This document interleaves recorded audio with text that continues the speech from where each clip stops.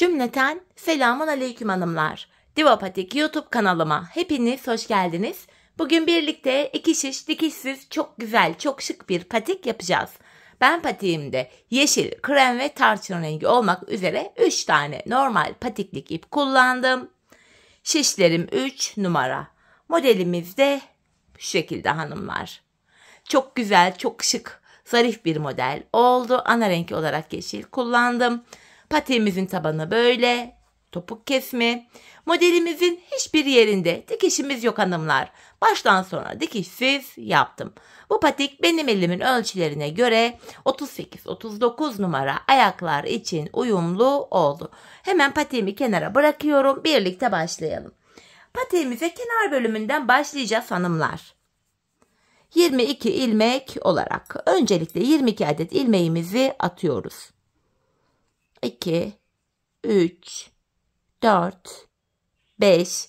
Bu şekilde 22 adet ilmek atalım gelelim. 22 ilmeğimi attım. Hemen şu kenarımıza bir tane düğüm atacağım. Geri dönüyorum. Haroşa örgü yapacağız. Ben örgümüzün hem ön hem arka yüzünde düz örgü örerek haroşalarımı elde ediyorum. Kenar ilmeğini aldıktan sonra diğer ilmeklerimi sırasıyla haroşa yani düz olarak öreceğim.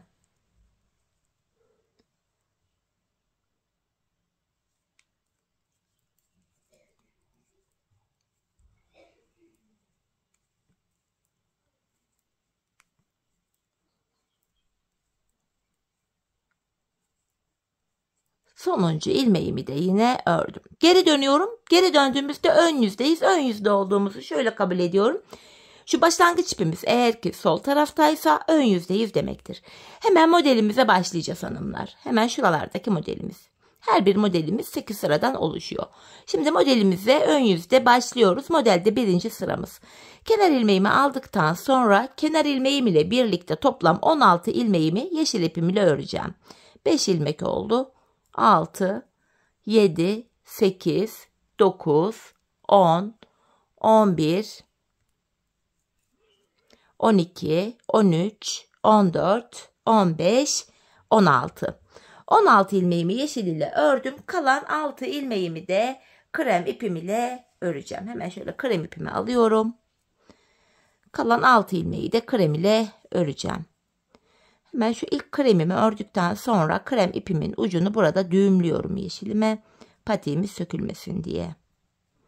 Evet. İlmeğimi buraya düğümledim ipimi. Kalan 6 ilmeğimi krem ipim ile örüyorum. Ucunu da gizleyerek götürdüm. Modelimizin ilk sırası bu şekildeydi. Arka yüzde hanımlar ön yüzde ve arka yüzde ilmekleri örünce modelin bir sırasını yapmış oluyoruz. Arka yüzde ilmeklerimizi gördüğümüz renklerle haroşa öreceğiz. Krem ilmeklerimi krem ipim ile haroşa ördüm.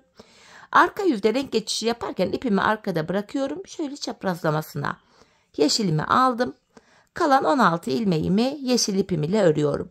Model kurulumunu sadece ön yüzde yapıyoruz. Arka yüzde ilmeklerimizi gördüğümüz renklerle haroşa örüyoruz hanımlar. Tekrardan ön yüzdeyiz. Modelde ikinci sıramız. İkinci sıramızda 13 ilmek yeşil öreceğim. Kenar ilmeğim 1, 2, 3, 4, 5, 6, 7, 8, 9, 10, 11, 12, 13.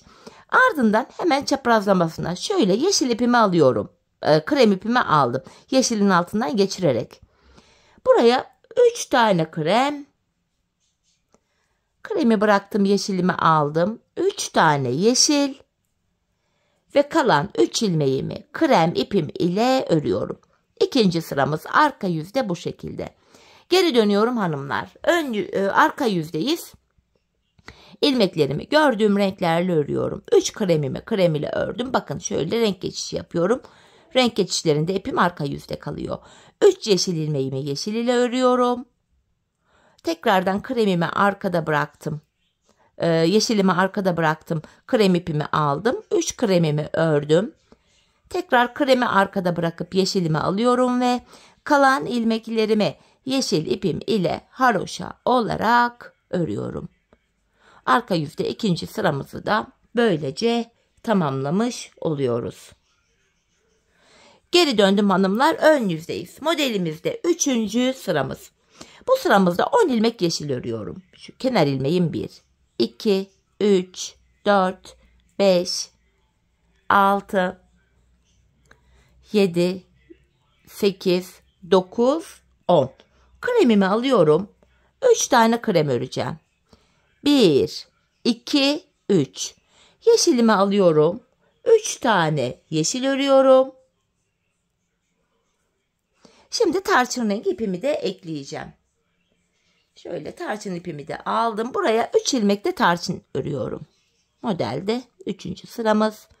3 ilmek tarçınımı öreceğim. Yine tarçın rengi ipimin ucunu da hemen yanındaki yeşil ipime düğümlüyorum. Artık aynı iplerle model bitene kadar modelimizi yapacağız.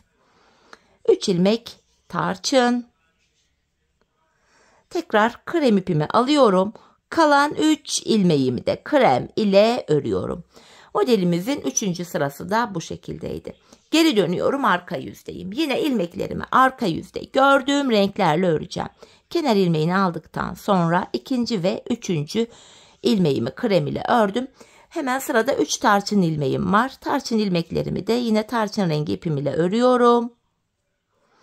Tekrardan 3 yeşilim var. Bakın arka yüzde renk geçişlerinde şöyle ipimi çaprazlamasına alıyorum. Aralarında delik görüntü oluşmasın diye. 3 tane krem ilmeğim var. 3 krem ilmeğimi de yine krem ipimle örüyorum. Bakın renk geçişlerinde arkadaki ipleri sıkı tutmayalım hanımlar. Patik modelimiz gergin durur. Modelimiz düzgün düşmez. Şimdi de yeşilimi aldım. Kalan ilmeklerimi de yeşil ipim ile örüyorum. Arka yüzde 3. sıramızı da böylece tamamlamış olduk. Geri dönüyorum hanımlar. Ön yüzde modelde 4. sıramız. Bu sıramızda 7 tane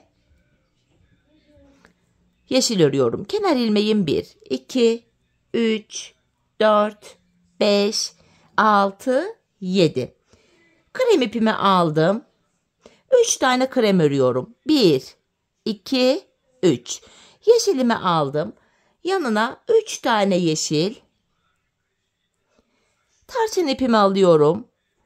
3 tane tarçın. Ve krem ipimi aldım. Kalan 6 ilmeğimi de krem ipim ile örüyorum hanımlar. Bu şekilde. 4. sıramızda böyleydi. Şimdi geri döneceğiz hanımlar. Arka yüzde ilmeklerimizi arka yüzde tekrar göstermeye gerek yok. İlmeklerimizi yine gördüğümüz renklerle haroşa örelim gelelim.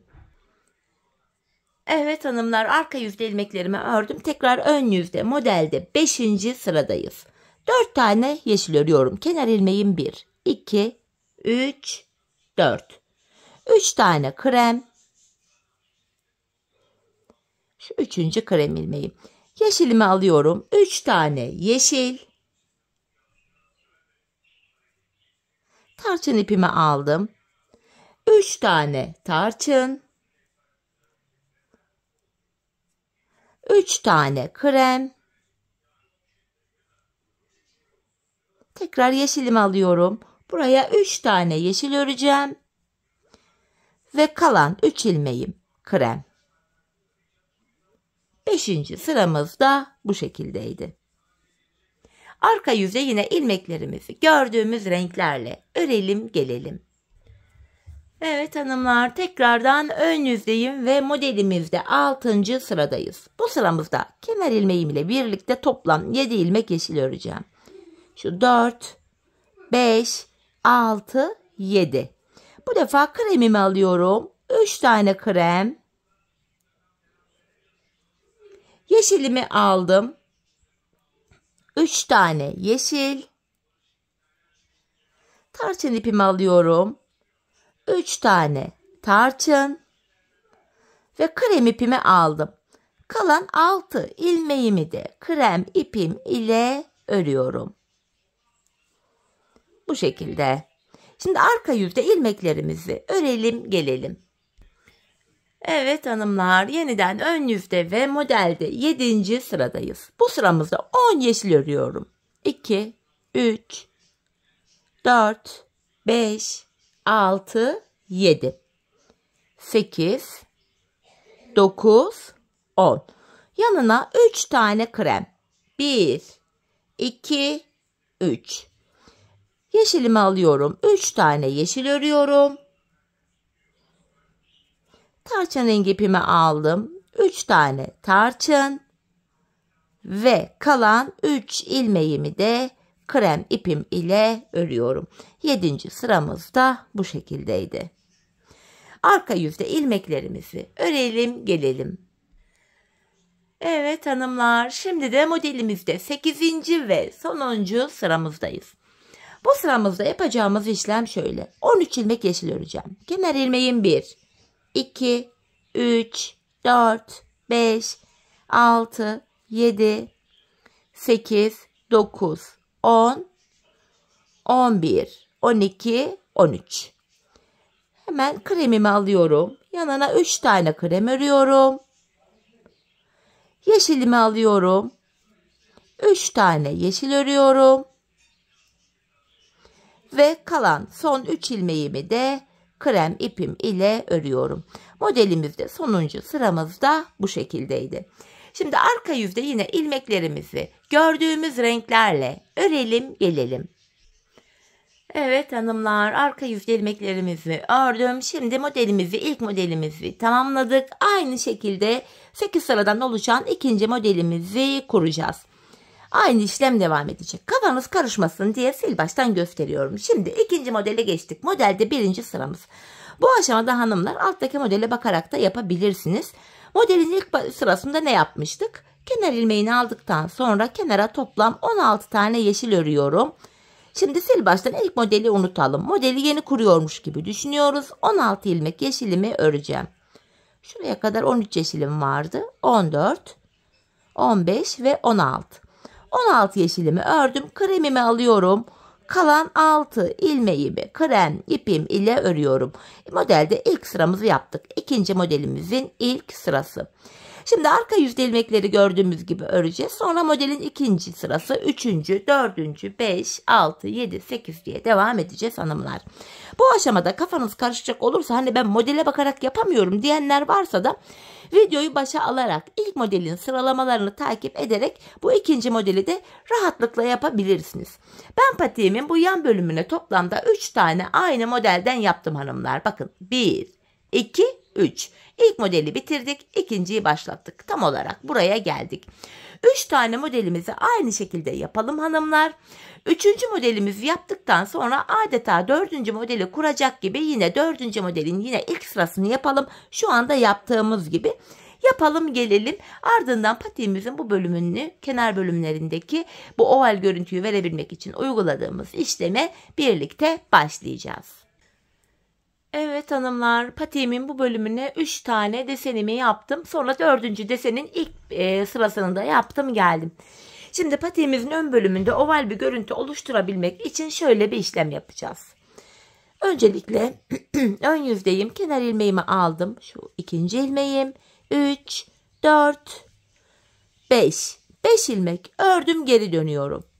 Arka yüzdeyim. İlk ilmeğimi örerek başladım. İlmeklerimi sıra sonuna kadar haroşa örüyorum.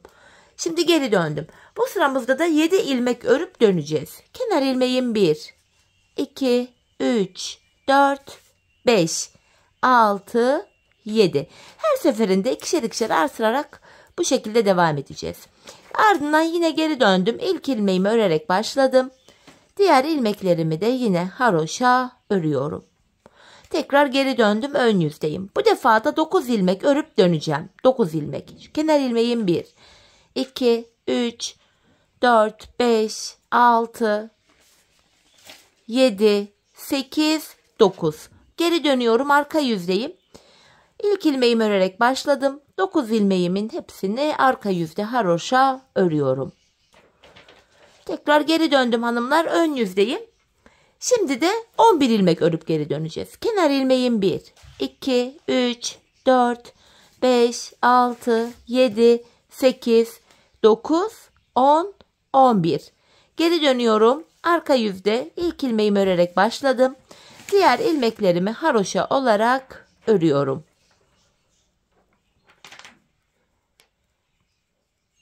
Geri döndüm, tekrar ön yüzdeyiz. Bu aşamada da 13 ilmek öreceğiz. Kenar ilmeğim 1, 2, 3, 4, 5, 6, 7, 8, 9, 10, 11, 12, 13.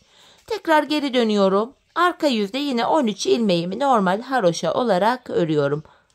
5 ilmek ile başladık. 7, 9, 11, 13 olana kadar devam ettik bu şekilde.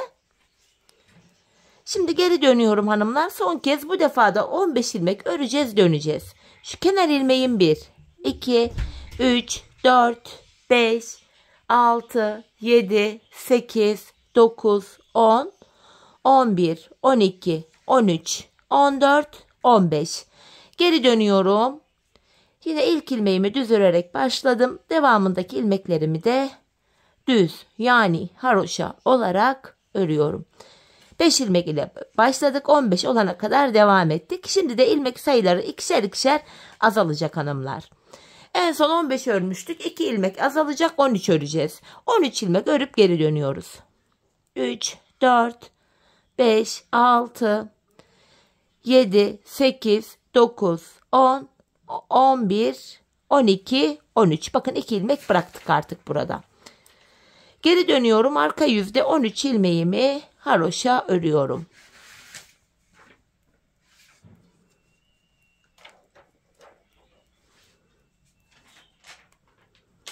Tekrar ön yüzdeyiz. Şimdi de 2 ilmek daha eksilecek, 11 ilmek öreceğiz. Döneceğiz ardından. Şu kenar ilmeğim 1, 2, 3, 4, 5, 6, 7, 8, 9, 10, 11 ördüm, geri dönüyorum. İlk ilmeğimi yine düz örerek başladım. Devamındaki ilmeklerimi de örüyorum. Sonuncu ilmeğimi de ördüm. Tekrar geri dönüyorum hanımlar. Ön yüzdeyim. Şimdi de 2 ilmek daha eksiliyor. 9 ilmek öreceğiz. Kenar ilmeğim 1, 2, 3, 4, 5, 6, 7, 8, 9. Geri dönüyorum. Arka yüzde 9 ilmeğimi haroşa örüyorum. Bu şekilde. Tekrar ön yüzdeyim hanımlar. Şimdi de 2 ilmek daha eksilecek, 7 ilmek öreceğiz. Kenar ilmeğim 1, 2, 3, 4, 5, 6, 7. Geri dönüyorum. Arka yüzde 7 ilmeğimi haroşa olarak örüyorum. Tekrar geri döndüm, ön yüzdeyiz. Artık son kez 5 ilmek ile başlamıştık. 5 ilmek kalacak. Kenar ilmeğim 1, 2, 3, 4, 5 ilmek ördüm. Geri dönüyorum. Arka yüzde 5 ilmeğimi haroşa olarak örüyorum. Bu şekilde ön bölümdeki bu oval kısmı yaptık. Bakın şurada bir tane oval kısmı var. Bunu tamamlamış olduk. Bu şekilde. Şimdi hanımlar şu modelimize kaldığımız yerden devam edeceğiz. Tam orta kısma yine modelimizi yapacağız. En son 4. modelin ilk sırasını yapmıştık. 2. sıra ile modele başlayacağız. Modelin 2. sırasında da hanımlar yine ilk modellerde olduğu gibi bu defa da 13 ilmek yeşilimi öreceğim. 4, 5, 6, 7, 8, 9, 10, 11, 12, 13. Modelin 2. sırasında 13 yeşilden sonra kremimi alıyorum. 3 tane krem. Yeşilimi aldım. 3 tane yeşil. Ve kremimi alıyorum. Bakın sıra sonuna kadar ilmekleri ördük. 4. yani bu tam ortadaki modelimizi yapıyoruz. Pardon 1, 2, 3. Evet 4. modelimiz bu şekilde. Modelin 2. sırasını yaptık. Arka yüzde ilmekleri gördüğümüz gibi öreceğiz. Buraya da yine 8 sıradan oluşan modelimiz, yani şuradaki modelimiz, bakın birebir aynısını kuracağız. Modelimizin 8. sırası bittikten sonra 5. modelimizi yapacak gibi yine aynı işlemi tekrar edeceğiz. Yani 16'yı yeşil öreceğiz. 6 tane krem öreceğiz. Buradaki 5. modelin de ilk sırasını yapacağız hanımlar. Bu bölüme kadar patiğimizin ön tarafını örelim gelelim. Evet hanımlar, bu orta bölümdeki desenimi de yaptım. Burada 5. modelimi başlatacak gibi ilk sırasını da ördüm. Şimdi şurada yaptığımız ovalliğin aynısını bakın şu diğer uçta da yapacağız. Nasıl yapmıştık? 5 ilmek örüp dönmüştük. Hani ikişer ikişer artırarak gitmiştik. 7 örüp dönmüştük. Böyle devam edeceğiz. Bakın 5 ilmeğimi ördüm, dönüyorum. Arkada 5 ilmeğimin tamamını normal örüyorum. Ön yüzde bu defa 7 ilmek öreceğiz, döneceğiz. 9 öreceğiz, döneceğiz. 11 öreceğiz, döneceğiz. 13 öreceğiz, döneceğiz ve son kez 15 öreceğiz, döneceğiz. Sonrasında ilmek sayıları yine ikişer ikişer azalacak. 13 örüp döneceğiz. 11, 9, 7, 5 olacak şekilde devam edeceğiz. Yani şurada yaptığımız işlemin aynısını burada da yapacağız. Videonun şu bölümünü takip ederek buradaki şekli de aynı tarzda, aynı şekilde yapabilirsiniz. Şimdi buradaki modelimizi de hani şu ovallik görüntüsü oluşan, ovallik oluşturan şu desenin aynısını yine buraya da yapalım. Gelelim hanımlar, ardından buluşalım. Evet hanımlar, patiğimin buradaki oval bölümünü tamamladım. Geldim, hemen diğer kenara geçeceğiz. Yine aynı modelimizi diğer yana da kuracağız. En son şuraya 5. modelimizin ilk sırasını yapmıştık. 2. sıradan itibaren modele devam edeceğiz. 2. sırada hanımlar 13 tane yeşil öreceğim. 3, 4, 5, 6, 7, 8, 9, 10, 11, 12, 13. Sonrasında şöyle kremimi alıyorum. Buraya 3 tane krem, 3 tane yeşil ve şu son 3 ilmeğimi de krem ile örüyorum. Burada 5. modelimizin 2. sırasını da yaptık. Şimdi geri döneceğiz. Arka yüzde ilmekleri gördüğümüz gibi öreceğiz. Sonra modelin 3., 4., 5., 6., 7., 8. sırasını yaptıktan sonra tekrardan diğer modelimize geçeceğiz. 6. modelimize geçeceğiz. 6. modeli de aynı şekilde yaptıktan sonra 7. modelimizi yapacağız. Zaten 3 tane bu ilk kenarda, 3 tane diğer kenarda, 1 tane de ortada. Toplamda 7 tane modelimiz var. Patiğimizin şu diğer kenarına da toplamda 3 tane modelimizi yapacağız. 3. model bittikten sonra yine 4. modeli kuracak gibi hanımlar 16 yeşil, 6 tane krem öreceğiz modelin sonunda. Modeli bu şekilde bitireceğiz. Ardından modeli başlarken bir diş haroşa yeşil ile örmüştük. Sonrasında ilmeklerimizin tamamını yeşil ile bir diş haroşa olacak şekilde öreceğiz. Bu şekilde patiğimizin bu kenarını da tamamlayalım. Gelelim, ardından birlikte kesimimizi yapacağız ve tabanımıza başlayacağız.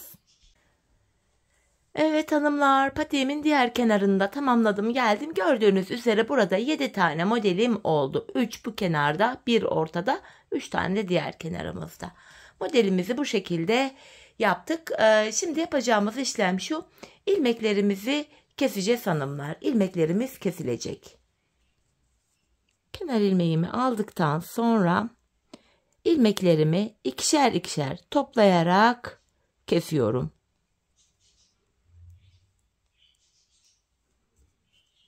Biraz gevşek bir kesim yapalım. Patiğimizin topuk bölümünü yaparken bu kesim yaptığımız ilmek yerlerinden ilmekler çıkaracağız.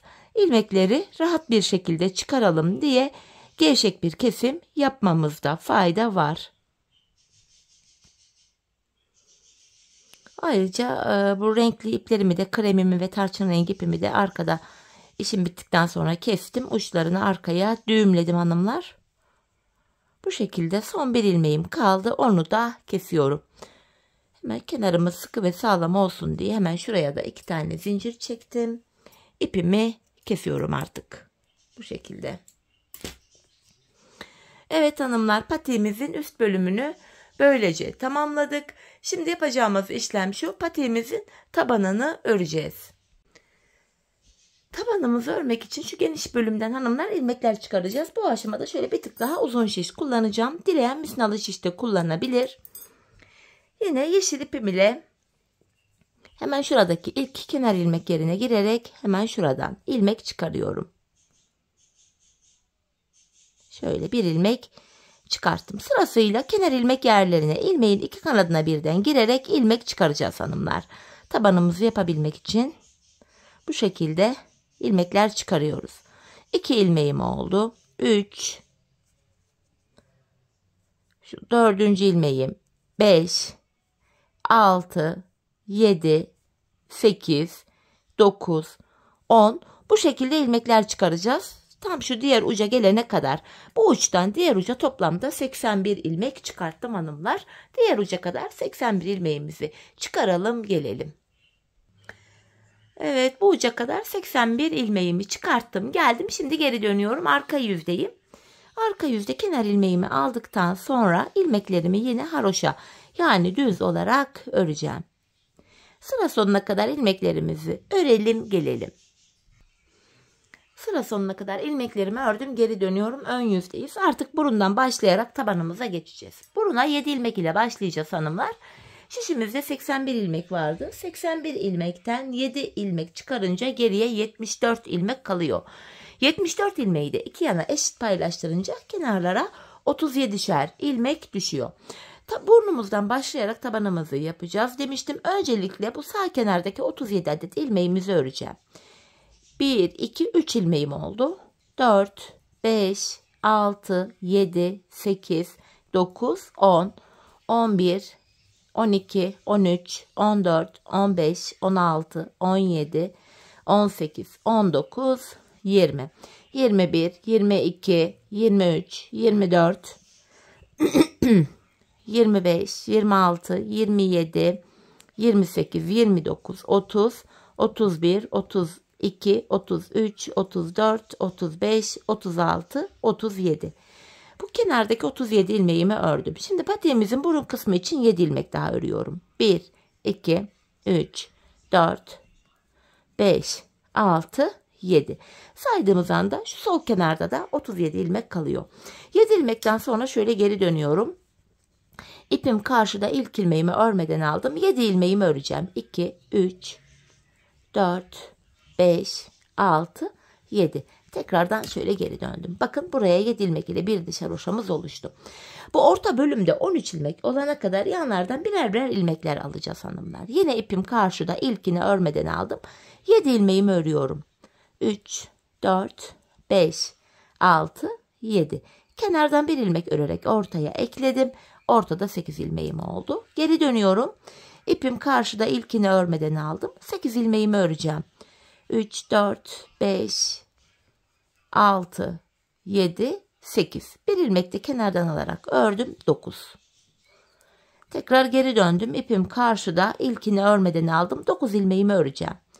2, 3, 4, 5, 6, 7, 8, 9. Bir ilmek de kenardan alarak ortaya ekledim. Ortada 10 ilmeğim oldu. Geri dönüyorum. Yine ipim karşıda, ilkini örmeden aldım. 10 ilmeğimi öreceğim. 4, 5, 6, 7, 8, 9, 10. Bir ilmek de kenardan alarak ortaya ekledim. 11 oldu. 13 olana kadar devam ediyorduk. İpim karşıda, ilkini örmeden aldım. 11 ilmeğimi öreceğim. 4, 5, 6, 7, 8, 9, 10, 11. Bir ilmek de kenardan alarak ördüm. 12. Geri dönüyorum. Yine ipim karşıda, ilkini örmeden aldım. 12 ilmeğimi öreceğim. 4, 5, 6, 7, 8, 9, 10, 11, 12. Bir ilmek de kenardan alarak ekledim ortaya. 13. Ortada 13 ilmek oldu. Bu şekilde patiğimizin burun kısmında da oval bir görüntü oluştu hanımlar. Artık 13 ilmek ile kesimlerimiz yapılacak. Yapacağımız işlem şu. Tabanda 13 ilmeğimiz var. 12 ilmek öreceğiz. 13. de kesimi yapacağız. Yine ipim karşıda, ilk ilmeği örmeden aldım. 12 ilmeğimi öreceğim. 3, 4, 5, 6, 7, 8, 9, 10, 11, 12. 13. ilmeği örerken hemen yandan da bir ilmek alıyorum. İkisini keserek örüyorum. Kesimden sonra geri dönüyoruz. Aynı işlemi yapacağım. İpim karşıda, ilkini örmeden aldım. 12 ilmeğimi öreceğim. 5, 6, 7, 8, 9, 10, 11, 12. 13. ilmekte yandan da bir ilmek alıp ikisini kesiyorum. Tekrar geri dönüyoruz hanımlar. Yapacağımız işlem bu. Her seferinde ilmek saymaya gerek yok. Taban ile kenar arasında bakın boşluk, ayrık bir görüntü var. Tabanda son bir kalana kadar öreceğim. Sonuncu ilmekte kesimimi yapacağım.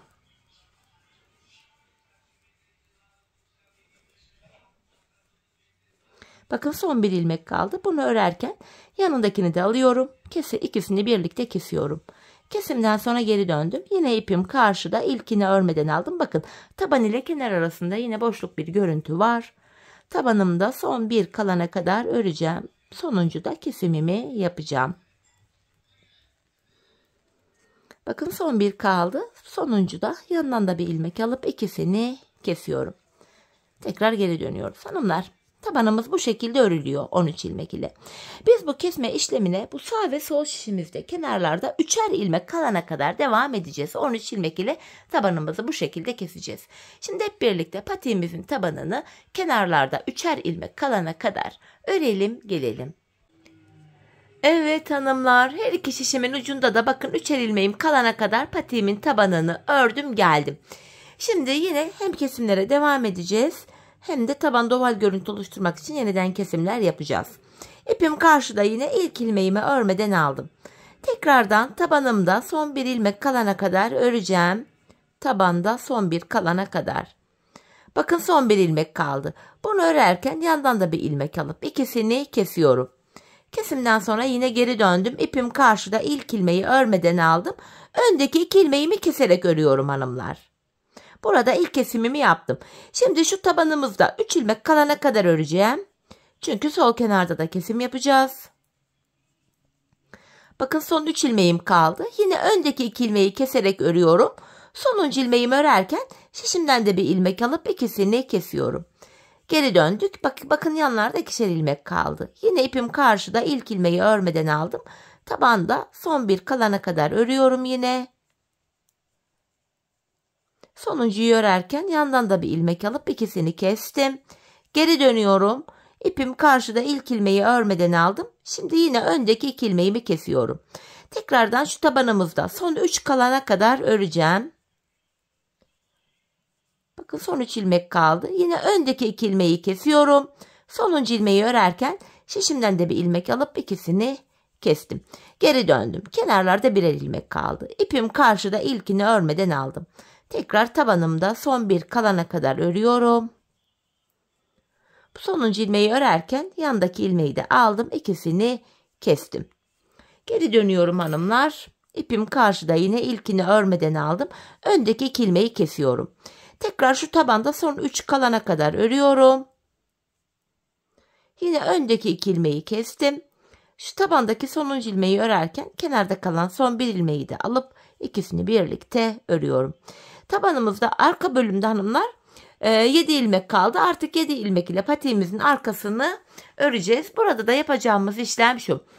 İpim karşıda, ilk ilmeği örmeden aldım. Son 2 ilmeğim kalana kadar örüyorum. Son 2 ilmeğimi kestim. 6 ilmek kaldı. Şurada kenar ilmek yerleri var. Şu kenardaki ilk kenar ilmek yerine ilmeğin 2 kanadına birden girerek ilmek çıkarttım. Tekrar 7 ilmeğim oldu. Bu şekilde hem patiğimizin arkasını örmüş oluyoruz hem de arka bölüm kenarlara eklenmiş oluyor. Geri döndüm hanımlar ilmek çıkarttıktan sonra. İpim karşıda, ilk ilmeği örmeden alıyorum. Yine şişimde 2 ilmek kalana kadar ördüm. 2 ilmeğimi kesiyorum. Ardından geri döndüm. Sağ kenarda ilmek çıkartırken dönüp ön yüzde çıkarıyorum. Hemen şuradaki ilk kenar ilmek yerine girerek, ilmeğin 2 kanadına birden girerek buradan da şöyle bir adet ilmek çıkarıyorum. Şöyle. Tekrar 7 ilmeğimiz oldu. Patiğimizin arkasında yapacağımız işlem bu. Son 2 ilmek kalana kadar örüyoruz. Son 2 ilmeğimizi kesiyoruz ve sıradaki bir sonraki kenar ilmek yerine ilmeğin 2 kanadına birden girerek ilmek çıkarıyoruz. Geri döndüm. Yine ilk ilmeği örmeden aldım. Aynı işlemi yapacağım. Son 2 ilmeğime kadar örüyorum. Son 2 ilmeğimi kestim. Geri dönüyorum. Sağ kenarda ön yüzde ilmek çıkaracağım. Bir sonraki kenar ilmek yerine girerek ilmeğimi çıkartıyorum. Patiğimizin arkası böyle yapılıyor. Biz bu işlemi hanımlar şuraya ve şuraya gelene kadar, yani son kenar ilmek yerlerine gelene kadar devam edeceğiz. Şimdi hep birlikte patiğimizin arka bölümünü sizlere anlattığım gibi tamamlayalım gelelim. Evet hanımlar, patiğimin arka bölümünü son kenar ilmek yerlerine gelene kadar ördüm ve geldim. Şimdi ilmeklerimizi keseceğiz artık. İkişer ikişer toplayarak kesimimi yapıyorum.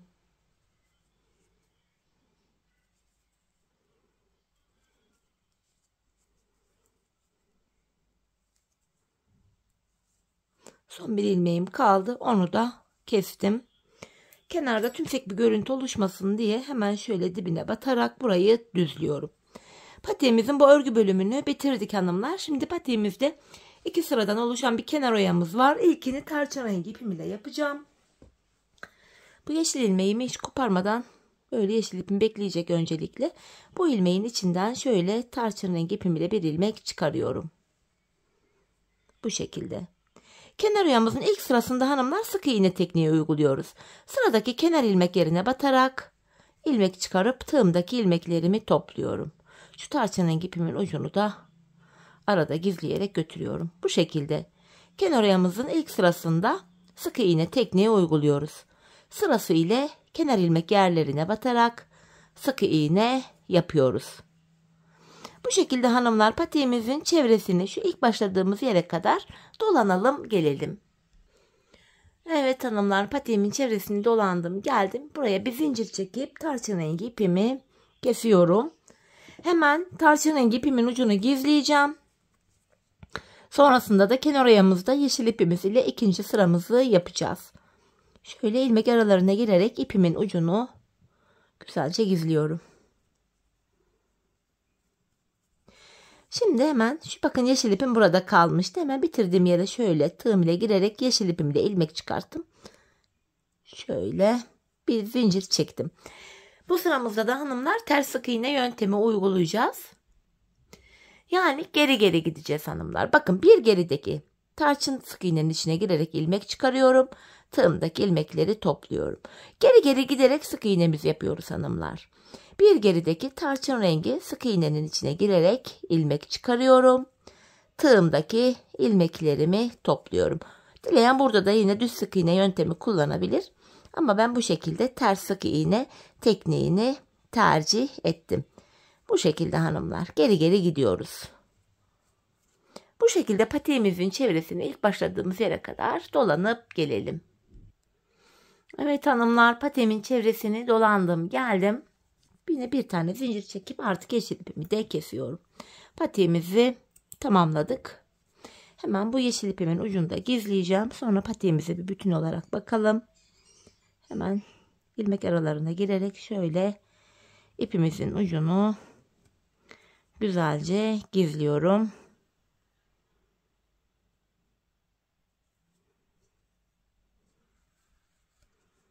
Evet, bu şekilde. Şuradaki başlangıç iplerimiz de vardı hanımlar. Bunların uçlarını da gizleyelim. Patiğimizin içinde böyle uç kalmasın. Hepsini gizlemeye önem verelim. İçi dışı tertemiz olsun patiğimizin. Evet. Evet hanımlar, patiğimiz görüntü itibariyle bakın bu şekilde. Gayet güzel, haroşa örgü olduğu için ayağı saran bir model. Hemen manken ayağıma da giydireceğim. Ayaktaki duruşuna da birlikte bakalım. Çok güzel, çok zarif, hoş bir patik oldu hanımlar. Sizler dilediğiniz renklerle patiğinizi kombinleyip yapabilirsiniz. Ben çok beğenerek, çok severek yaptım. Umarım sizler de patiğinizi benimle birlikte beğenerek, severek yaparsınız. Yapacak olanlara da şimdiden kolay gelsin. İşte hanımlar, patiğimizin ayaktaki duruşu da bu şekilde. Gördüğünüz gibi çok hoş, çok farklı, güzel bir model oldu. Topumuz yine bu şekilde. Model bu. Evet hanımlar, yine birlikte güzel bir modelin daha sonuna geldik. Umarım sizlere faydalı, hoş bir video olmuştur.